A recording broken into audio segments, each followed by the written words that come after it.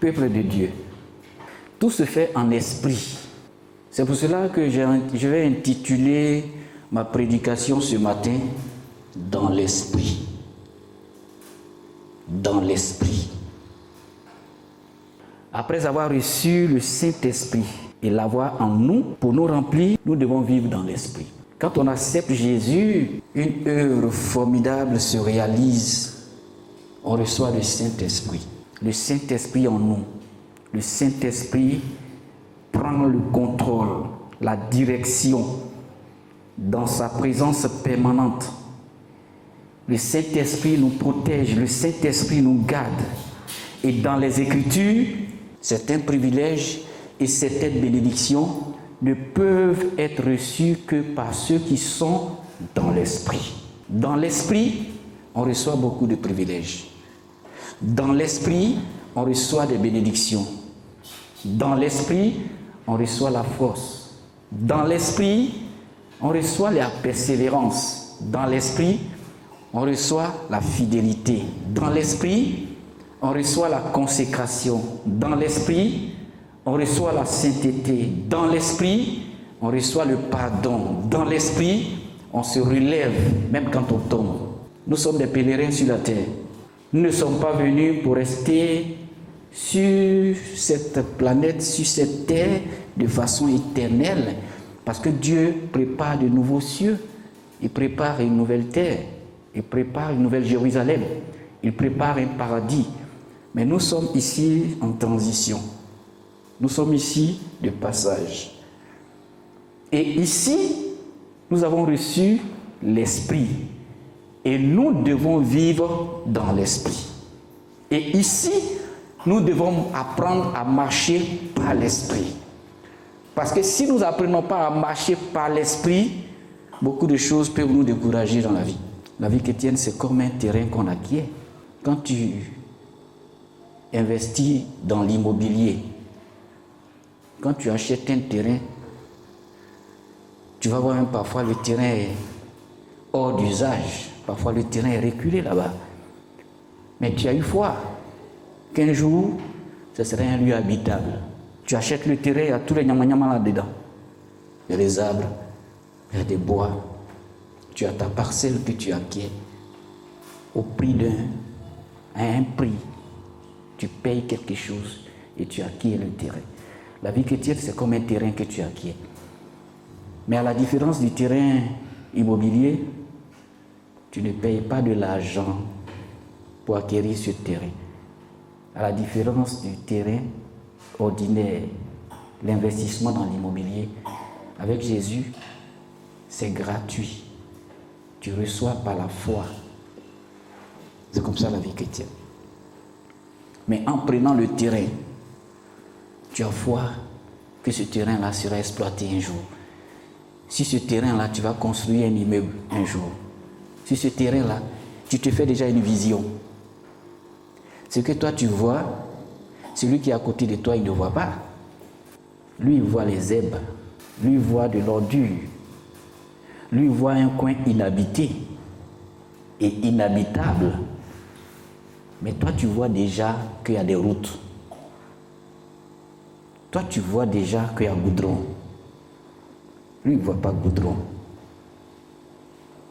Ce que les autres voient à côté, sans l'esprit, ils voient selon la chair. Si nous ne marchions pas par l'esprit, si on ne marche pas par l'esprit, on verra ça, ce que la chair nous permet de voir. Parce que la faculté visuelle que vous avez vous permet de dire que cette chaise-là, elle est rouge. Et puis elle est effectivement rouge. L'œil dit que c'est rouge. Mais quelqu'un d'autre peut voir du blanc. Ce que toi tu vois, c'est du rouge. Mais lui, il peut voir du blanc. Dans l'esprit, il y a des privilèges, des bénédictions que nous recevons. Quand on est chrétien, on ne marche pas par la chair, mais on marche par l'esprit pour recevoir de Dieu des choses excellentes, des choses formidables. C'est ce qui nous donne encore la force de rester toujours chrétien. tous ceux qui vivent par la chair, qui marchent dans la chair, là, ils abandonnent si facilement. Mais celui qui marche dans l'esprit, même quand il pêche, il se repent et puis il continue d'avancer. Il a espoir que Jésus est avec lui, que Dieu lui réserve des choses formidables. Beaucoup aujourd'hui sont découragés. Beaucoup ne peuvent pas faire une année de vie chrétienne en demeurant en Jésus. Ne peuvent pas faire 2 ans, ne peuvent pas faire 3 années parce qu'ils marchent selon ce qu'ils voient.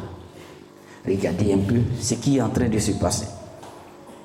Je vous parlais tout à l'heure d'un terrain.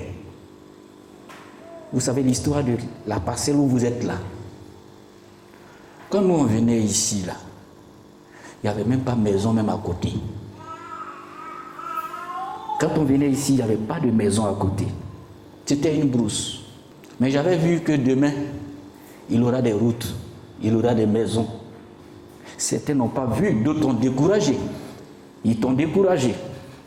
C'est pour ça qu'on dit le plus souvent, quand tu ne veux pas acheter un terrain, investir dans un bien immobilier, même quand le terrain est reculé, il faut prendre.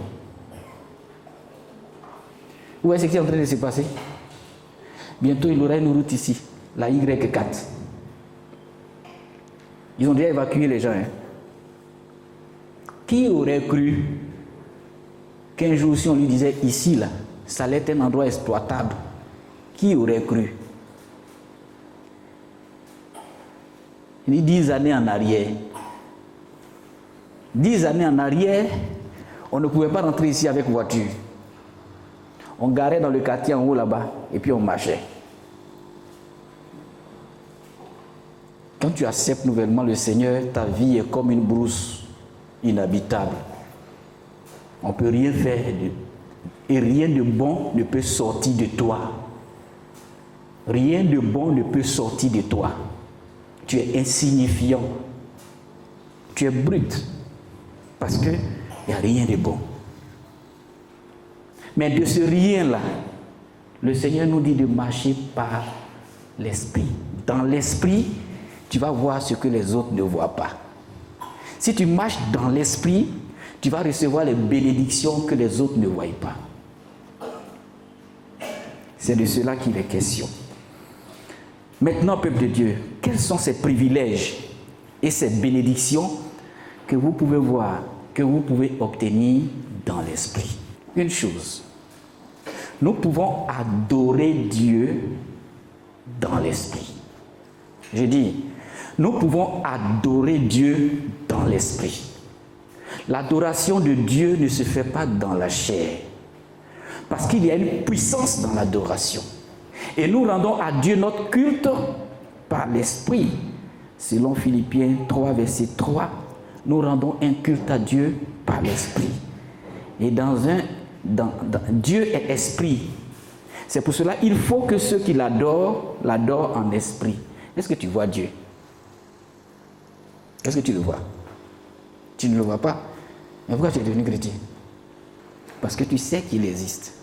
Parce que tu as confiance que Dieu est. Il était au commencement, il est maintenant et il sera toujours. Voilà pourquoi on est devenu chrétien. On a accepté le sacrifice que le Seigneur a fait à la croix de Golgotha. Il a envoyé Jésus mourir à la croix de Golgotha pour nous et nous avons accepté Jésus. On a accepté quelqu'un qui n'est pas actuellement à côté de nous. C'est vrai qu'il s'est fait homme. Il a vécu une certaine période sur cette terre. Mais il est monté au ciel. Et avant de partir, il a dit à ses disciples, je m'en irai. Et lorsque je m'en irai, je vous enverrai le Saint-Esprit. L'Esprit de Dieu sera en vous et le Saint-Esprit vous aidera. C'est pour cela que nous, les chrétiens de maintenant, quand on accepte Jésus, nous devons vivre dans l'Esprit pour avoir la réalité de sa présence dans notre vie. Dans l'Esprit, on reçoit la confirmation de sa présence. Mais dans la chair, on est éloigné de Dieu. Dans la chair, les gens verront qu'on est malheureux. Dans la chair, ils verront certainement que toi tu vas à l'église mais tu ne travailles pas encore. Dans la chair, ils verront que tu n'as pas ceci, tu n'as pas cela, tu n'as pas de villa, tu n'as pas de voiture, tu n'as pas de maison, tu es comme ça, Mais dans l'esprit, la Bible déclare que nous avons reçu toutes choses, toute grâce abondante, toute paix venant de Dieu est en nous. Et nous pouvons tout dans l'esprit. Ce que les autres ne peuvent pas faire, toi tu as la capacité de faire ça dans l'esprit. Ce que les autres ne peuvent pas voir, toi tu as la possibilité de voir ça dans l'esprit.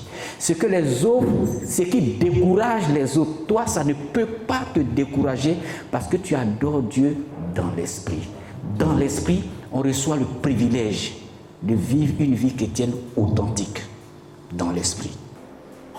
Quelqu'un peut être sérieux, solennel dans son adoration, sans pouvoir être dans l'esprit. Dans l'esprit, c'est autre chose, peuple de Dieu. Dans l'esprit, nous avons une vraie adoration. C'est pour cela, peuple de Dieu, adorer Dieu est un privilège qui se reçoit dans l'esprit. En Actes 17, verset 22, il est écrit « Je vois qu'en toute chose, vous êtes voués au culte des démons. » Ça veut dire, on peut même faire culte. On peut être voué à un culte de démons si on n'adore pas dans l'esprit. Tu peux croire que ton sérieux dans l'adoration est une adoration du vrai Dieu. Mais ça peut ne pas être un culte agréable au Seigneur si ce n'est pas dans l'esprit.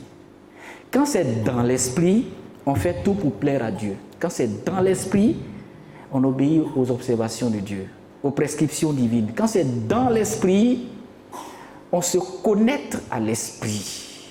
On marche selon l'esprit. Parce que la chair nous éloigne toujours de la vraie adoration. La chair nous éloigne de la vraie adoration. Tu ne peux pas percevoir véritablement la grandeur de Dieu quand tu es dans la chair. Tu ne peux pas voir la puissance de Dieu quand tu es dans la chair. Hors de sa présence, c'est incapable de découvrir les bontés véritables de l'Éternel. Privilège d'adorer Dieu, mais dans l'esprit.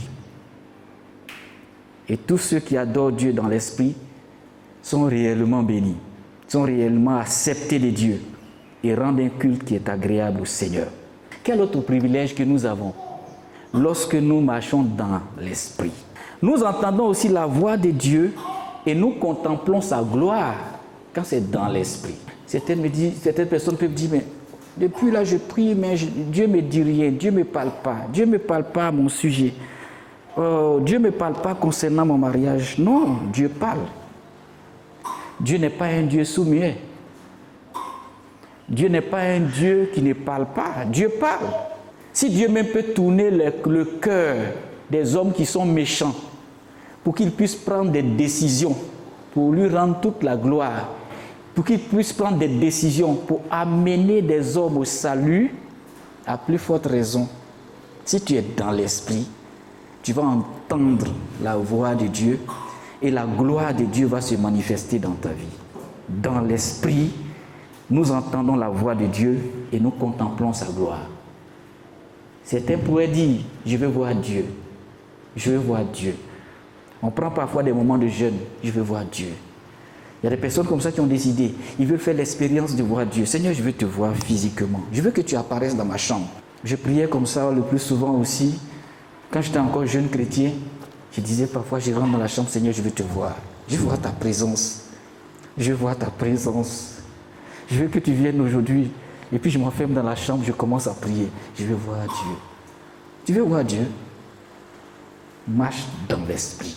C'est vrai qu'il ne va pas apparaître aussi physiquement, mais tu le verras. Tu le verras. Tu pourras même le toucher. Tu pourras contempler sa gloire. Contempler la manifestation de sa puissance dans des domaines de ta vie. Et tu diras, Dieu est grand, Dieu est fort. Dans l'esprit, on entend Dieu. On découvre sa gloire. On voit la manifestation de sa puissance quand on est dans l'esprit. En Apocalypse 1, verset 10 à 18, vous pouvez lire ça. Je vais... le temps étant avancé, je ne pourrai pas lire tout le verset, mais déjà en Apocalypse 1, 10 à 18, je lis quelques passages du début et puis la fin. Je fus ravi en esprit et j'entendis derrière moi une voix forte. Je vis quelqu'un qui ressemblait au Fils de l'homme. Alléluia. C'est l'expérience ici de l'apôtre Jean. Il dit, je fus ravi en esprit. Et j'entendis derrière moi une voix forte. Il va continuer plus loin. Il dit, je vis quelqu'un qui ressemblait au Fils de l'homme. Donc ceux qui vivent en permanence dans l'esprit sont continuellement ravis par la gloire de Dieu. Alléluia. Donc le Seigneur se révèle à ceux-là. Ceux qui ne sont pas dans l'esprit peuvent parler avec éloquence même de sa voix, ils peuvent parler de sa gloire, mais cette expérience ne peut pas être réalisée dans leur propre vie. Tu veux expérimenter Dieu, tu veux voir Dieu, tu veux entendre sa voix, tu veux contempler sa gloire, c'est dans l'esprit. Dans l'esprit. Dans l'esprit, on le voit. Dans l'esprit, on l'entend. Dans l'esprit, on marche avec lui. Dans l'esprit, on ne peut pas abandonner. Dans l'esprit, on persévère. Parce qu'il y a des choses que tu vois que les autres ne voient pas. Il y a une voix que tu entends que les autres ne peuvent pas entendre. Et cette voix, c'est une voix qui te dicte la conduite à suivre, la direction à prendre. Pendant que les autres sont en train de se chercher, pendant que le monde est en train de basculer, pendant qu'il y a là, tu entends des bruits de guerre par-ci, par-là, il y a la tempête, il y a des inondations, toi tu es serein parce que tu vis dans l'esprit. Regardez un peu ce qui s'est passé au Brésil pendant le carnaval du Brésil. Ils ont fait des prestations à la gloire de Satan. Ils ont fait des défilés même où c'était à la gloire de Satan. Vous voyez, ils ont fait des prestations tout simplement pour glorifier le diable. Mais Dieu est esprit. Dieu vit. Dieu entend. Dieu voit. Et ce qui s'est passé, c'est qu'après, après leur prestation, il y a eu une catastrophe. Il y a des éboulements de terre. Et plusieurs milliers de personnes sont mortes. Parce qu'on ne peut pas défier quelqu'un qui est vivant. On ne peut pas aller à l'encontre de celui qui vit éternellement. C'est celui qui est capable de tout et devant lequel rien n'est impossible. Nous voulons le voir, c'est dans l'esprit. Nous voulons l'entendre, c'est dans l'esprit. Nous comprenons aussi les choses d'en haut dans l'esprit. Parfois, je dis, je ne comprends pas certaines choses. Mais Dieu a une explication pour tout. Je ne comprends pas ce qui m'arrive. Vous voyez? Mais Dieu a une explication pour tout. Et Dieu a donné une explication à cette étape douloureuse de la vie de son fils qui est là. Dieu lui a donné une explication. Je peux avoir un accident et puis je peux perdre tout. Mais si tu es dans l'esprit, tu peux comprendre. La maison n'est rien par rapport à la connaissance de Dieu. Ni la voiture, ni les biens matériels. Dans l'esprit, nous comprenons les choses qui nous arrivent. On comprend les choses d'en haut. On comprend les choses qui arrivent sur la terre. Dans l'esprit, il y a une explication. Aujourd'hui, vous êtes en train de voir ce qui se passe en Ukraine. La guerre russo-ukrainienne. Beaucoup de personnes regardent ça comme ça. Mais ils ne comprennent pas. Or, ce sont des choses qui ont été déjà prédites dans la Bible. Dans l'esprit, tu comprends les réalités des choses qui arrivent sur la terre. Et tu comprends aussi les choses d'en haut, dans l'esprit. Dans l'esprit, Dieu va te communiquer, Dieu va te révéler ce qui t'arrive. Que ce soit en bien ou en mal. Apocalypse 4, les versets 1 et 2, il est écrit, « Monte ici, je te ferai voir ce qui doit arriver dans la suite des temps. Aussitôt je fus ravi en l'esprit. » Vous voyez le serviteur de Dieu, l'esprit lui dit, « Monte ici. Monte ici, je te ferai voir ce qui doit arriver dans la suite. » Aussitôt, je fus ravi dans l'esprit. Dieu veut montrer ce qui va arriver dans la suite. Parfois, tu es inquiet de ton avenir. Qu'est-ce que je vais devenir demain? Est-ce que je pourrai même travailler? Mais les choses sont devenues difficiles maintenant. Mais tout se complique chaque jour. Dans l'esprit, Dieu va te révéler que malgré que les choses se compliquent, toi, tu es quelqu'un de spécial. Même si tout se complique, avec Dieu, il y a de l'espoir pour toi, dans l'esprit. C'est ce qui va te permettre de marcher toujours, de vivre toujours dans la présence de Dieu, dans l'esprit. On reçoit la révélation de toutes choses. Voici que le Seigneur fait monter son serviteur. Il dit, je te ferai voir ce qui doit arriver dans la suite. Tu veux voir ce qui doit arriver dans la suite des temps? Tu veux voir ce qui va arriver pour ton avenir? Marche dans l'esprit. Dans la chair, tu seras troublé. Parce que les circonstances, les événements que tu traverses auront tendance à te faire peur. Tu seras même effrayé si tu marches dans la chair. Mais va au-delà de la chair, au-delà de tes yeux physiques. Regarde à ce que le Seigneur dit dans sa parole. Le projet de Dieu pour nous, c'est ce qu'il y a de meilleur. Mais c'est dans l'esprit que tu pourras voir, que tu pourras comprendre ce que le Seigneur réserve pour ses serviteurs. Dieu est esprit, il veut que nous marchions selon l'esprit. Nous ne pouvons comprendre les choses de Dieu autrement que par l'esprit de Dieu, car c'est en esprit qu'on peut les discerner. Ainsi pour nous, que Dieu puisse-t-il faire si ce n'est pas de nous révéler les choses les plus importantes qui doivent nous aider à conserver notre foi, qui doivent nous aider à persévérer dans la vie chrétienne. Ce sont ces choses-là que Dieu veut nous révéler. Ce sont ces choses-là que Dieu veut nous montrer. Tu es toujours découragé parce que tu ne marches pas dans l'esprit. Reviens à l'esprit. Le Saint-Esprit est en toi. Il est le compagnon fidèle. Marche en lui. Marche en lui et tu vas comprendre ce qui t'arrive. Toutes les fois où nous nous tournons vers Dieu pour comprendre des choses, Dieu nous révèle, Dieu nous montre, Dieu nous fait savoir. C'est pour cela, peuple de Dieu, marche dans l'esprit. Voici un autre privilège que tu vas recevoir dans l'esprit. Nous voyons l'impuissance humaine et la puissance de Dieu quand on marche dans l'esprit. Toutes les fois où tu as fait confiance à la chair, tu as été impuissant. Tu as vu le péché. Tu t'es senti incapable de sortir de ce péché.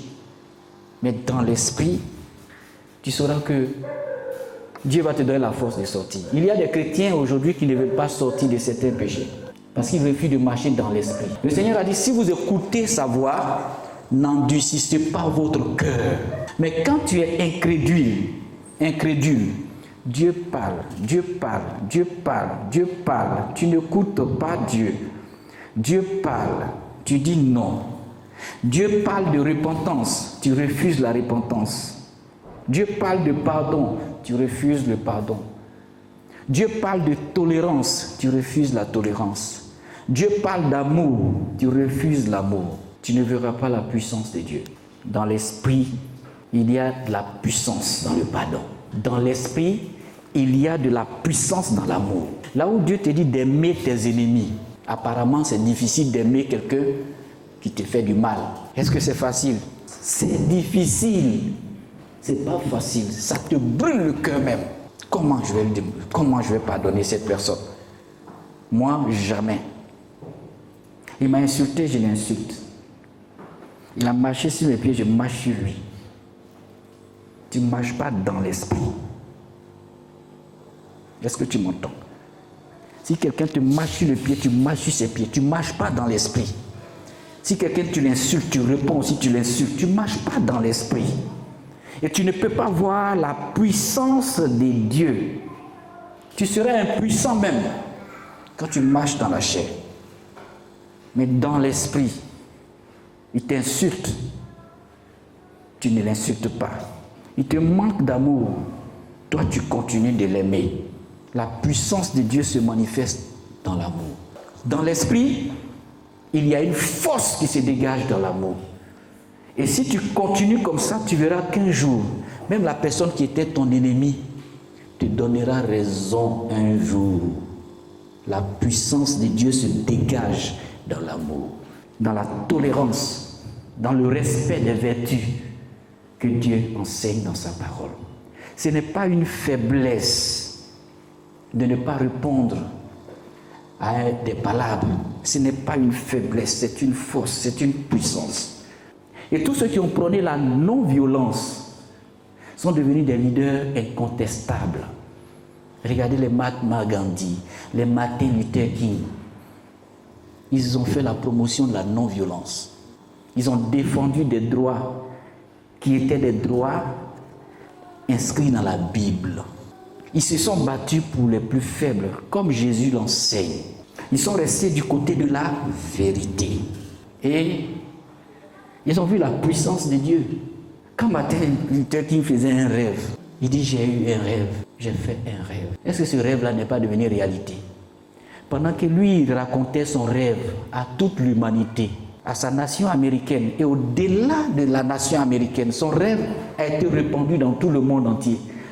Personne ne pouvait croire qu'un jour, les Noirs et les Blancs allaient aller dans les mêmes écoles, être dans les mêmes bus, emprunter les mêmes bus.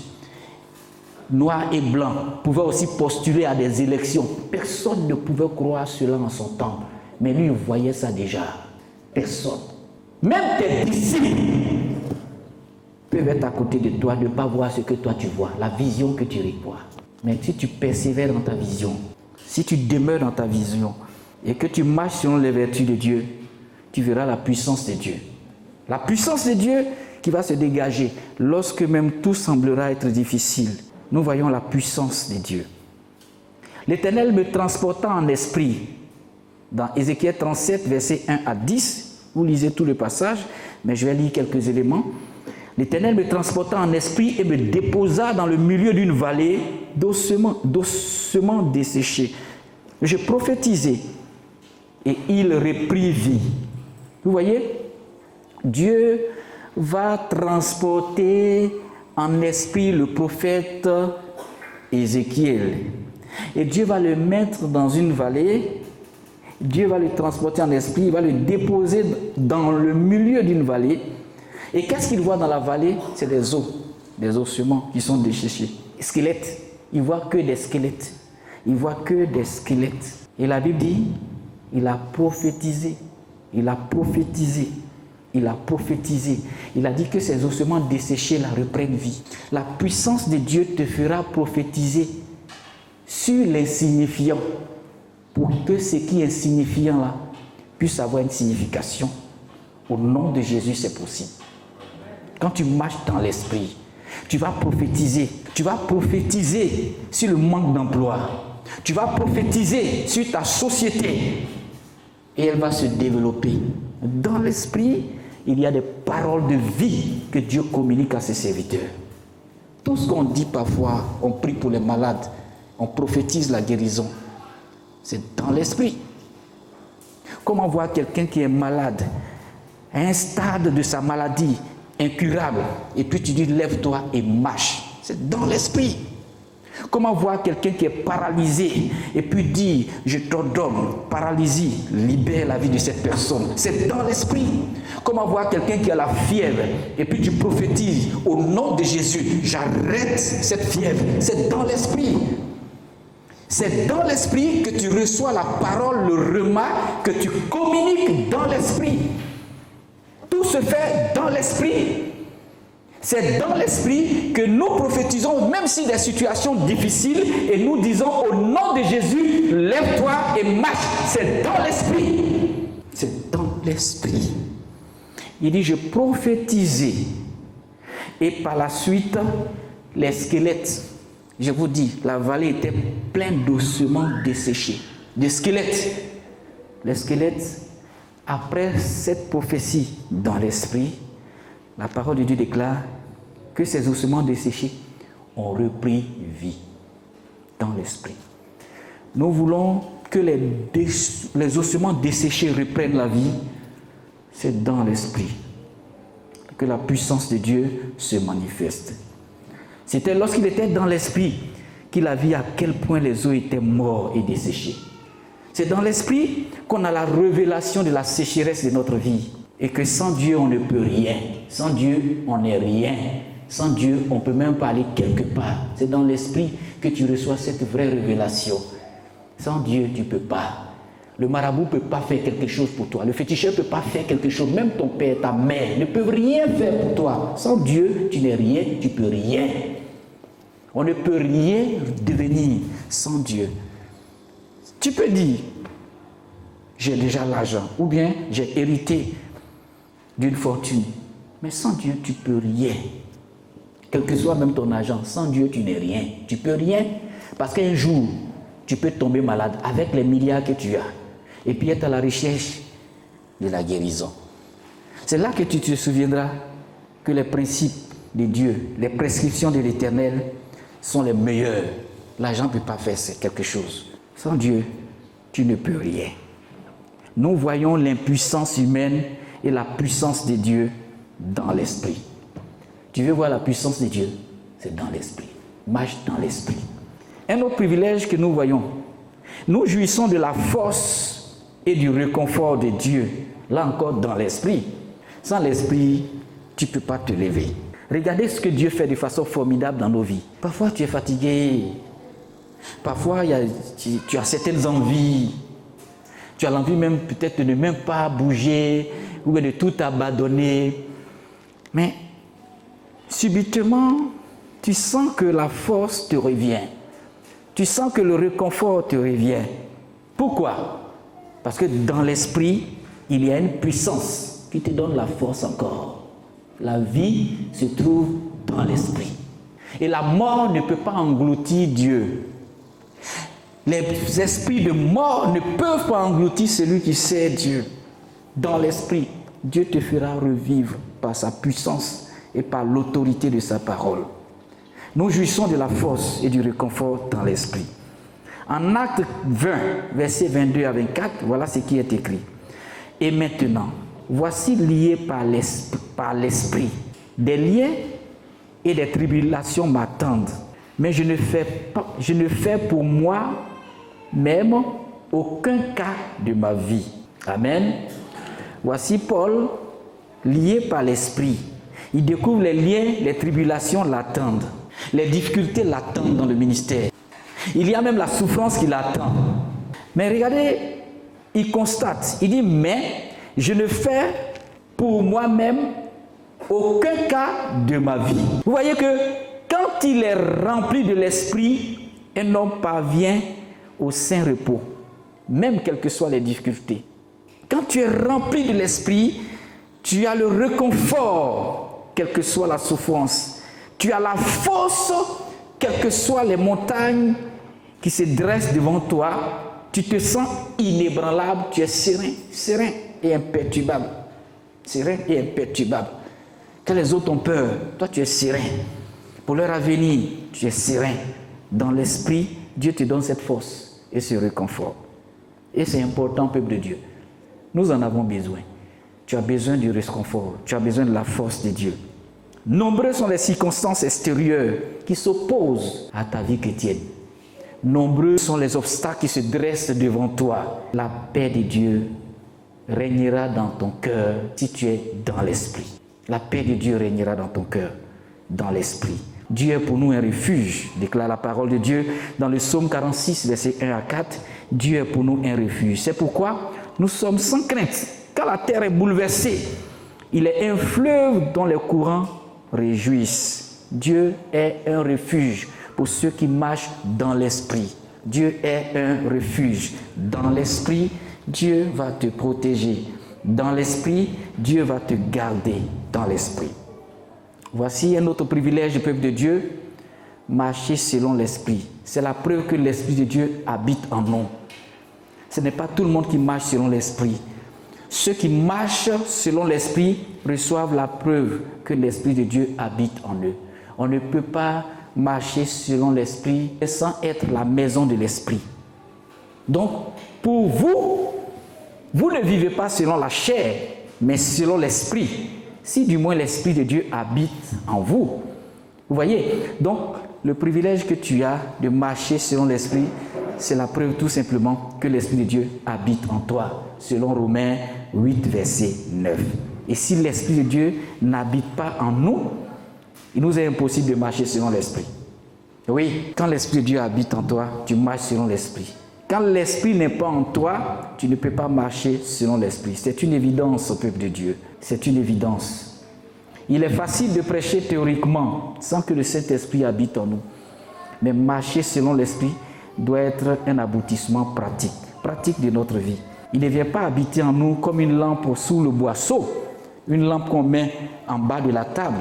Mais le Saint-Esprit qui vient habiter en nous doit être une lampe que tu places sur le chandelier, sur la table, pour que ça puisse éclairer partout et ça puisse imprégner des vies et permettre à d'autres personnes également de recevoir l'Esprit de Dieu. Marcher selon l'Esprit. Et pour finir, peuple de Dieu, nous sommes utiles à toute bonne œuvre dans l'Esprit. Alléluia. C'est dans l'Esprit qu'on peut travailler pour Dieu. C'est dans l'Esprit qu'on peut choisir des responsables. C'est dans l'Esprit qu'on peut exercer le ministère de façon efficace. Et voilà pourquoi dans le livre des Actes, Actes 6, verset 3, il est écrit « Choisissez parmi vous 7 hommes qui soient pleins de l'Esprit Saint. » Vous voyez, même pour une simple tâche matérielle, c'est une condition importante. C'est dans l'Esprit. Tout ce que vous devez faire, ça doit être dans l'Esprit. Tout travail de Dieu doit être dans l'Esprit.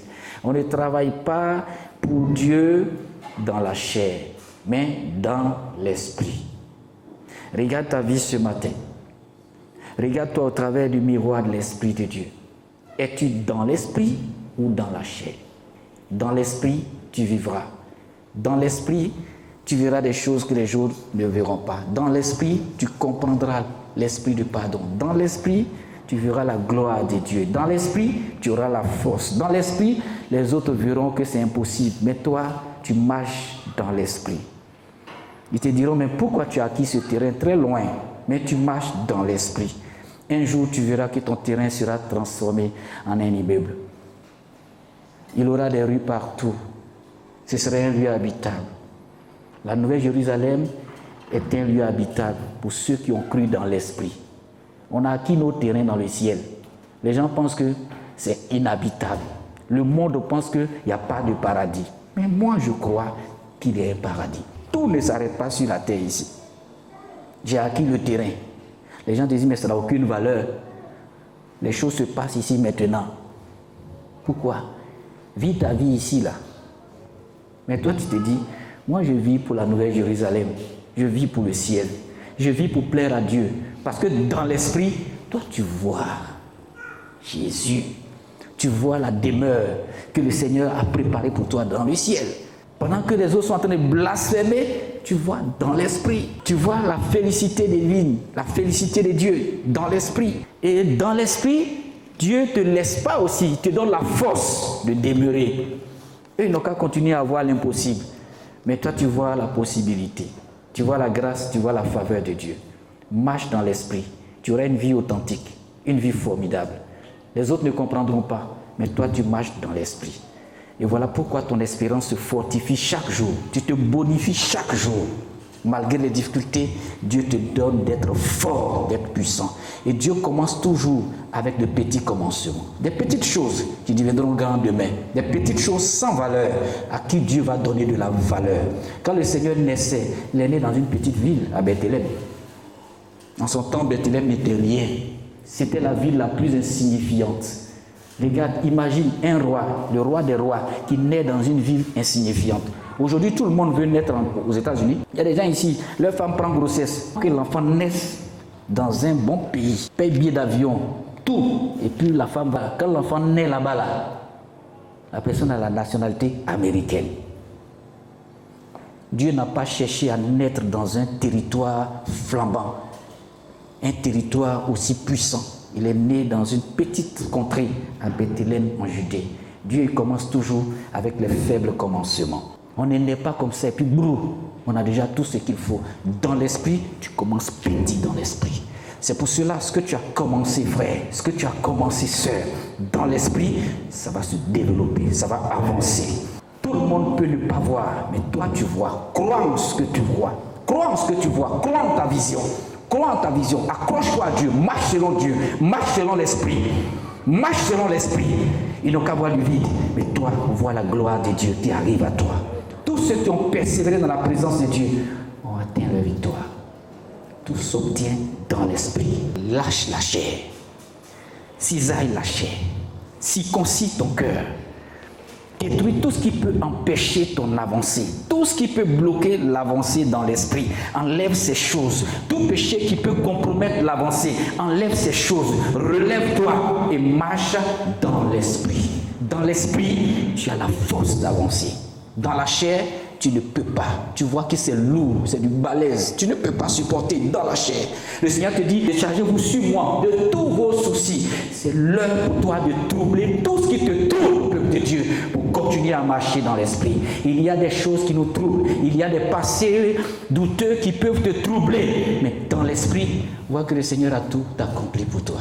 Marche dans l'esprit. Avance dans l'esprit.